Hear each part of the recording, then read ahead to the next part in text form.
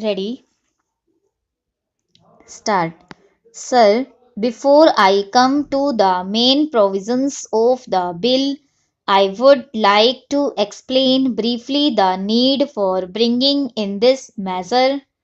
As it is known, the State Financial Corporation Act was passed in 1950 in Financial Corporation order to enable the states to establish state financial corporations with the object of providing long-term credit to small and medium-scale industries. 3 years before that act was passed, the Industrial Finance Corporation Act was passed in 1950 in order to make medium and long term credit more readily available to industrial concerns, particularly in circumstances where the normal banking facilities were not available to them. The Industrial Finance Corporation, during the first 3 years of its life, had made some progress in achieving these objectives and had acquired a certain amount of experience.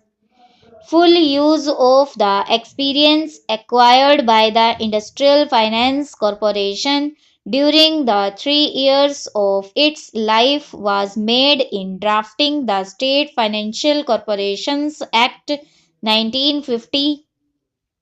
The jurisdictions of these two corporations were not overlapping because the Industrial Finance Corporation afforded the necessary credit facilities to industrial concerns of a comparatively large size.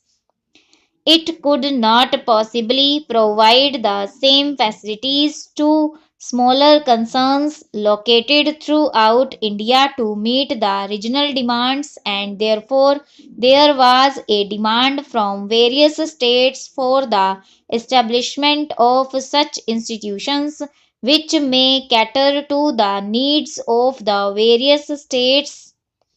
So, under Section 26 of the State Financial Corporations Act, such corporations cannot grant accommodation to a single industrial concern for an amount exceeding 10% of the paid up capital, which may not exceed a maximum limit of rupees 10 lakhs, whereas the Industrial Finance Corporation does not deal with applications for loans less than rupees 10 lakhs unless the loan application is from a state where the State Financial Corporation does not exist.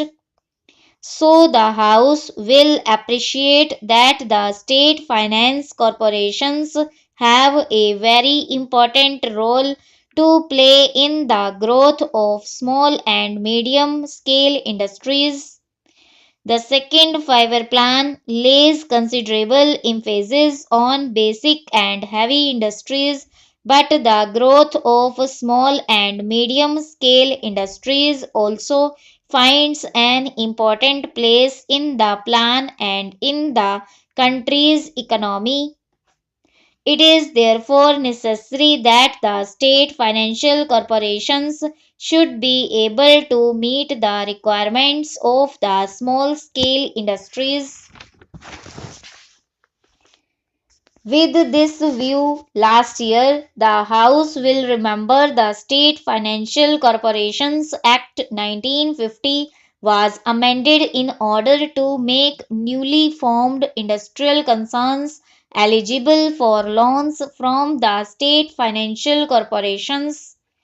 Before the amendment was passed, the State Financial Corporation could only make loans to existing concerns, and the industrial concerns which were, so to say, in the offing could get no financial help from the State Financial Corporation.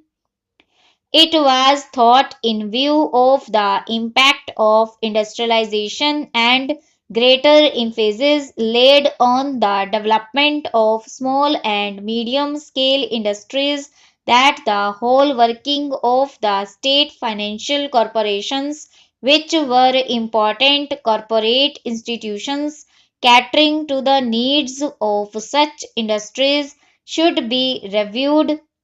It was felt that the activities of these corporations were not expanding or were not adequately meeting the requirements of the small and medium scale industries due to certain structural defects or due to certain anomalies that were creeping in. Therefore, the Reserve Bank took the initiative of calling a conference of the representatives of the state financial corporations, and two such conferences were held in August 1950 and November 1960. These conferences recommended certain amendments to the bill was circulated to the various states. A number of states took very keen interest in the working of these corporations and made very useful suggestions, and the present bill incorporates some of the important recommendations of those conferences as well as the useful recommendations made by the various states. With this background, I would like to take the House to the important provisions of the bill and I would briefly explain them. Clause 2 of the bill defines the industrial concern as given in the Principal Act.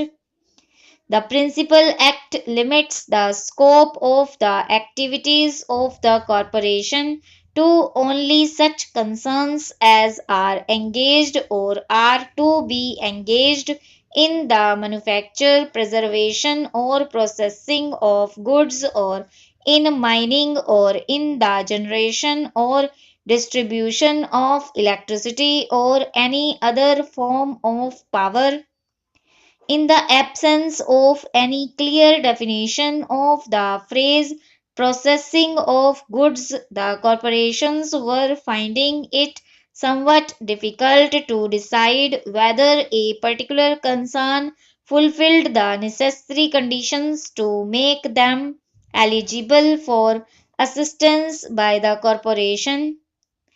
An explanation under clause 2 subclause within bracket 2 is now being added defining the expression processing of goods.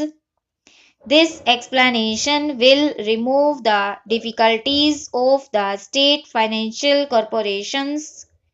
Then clause 24 of the bill enables certain states to get the benefits of such corporations. Stop over.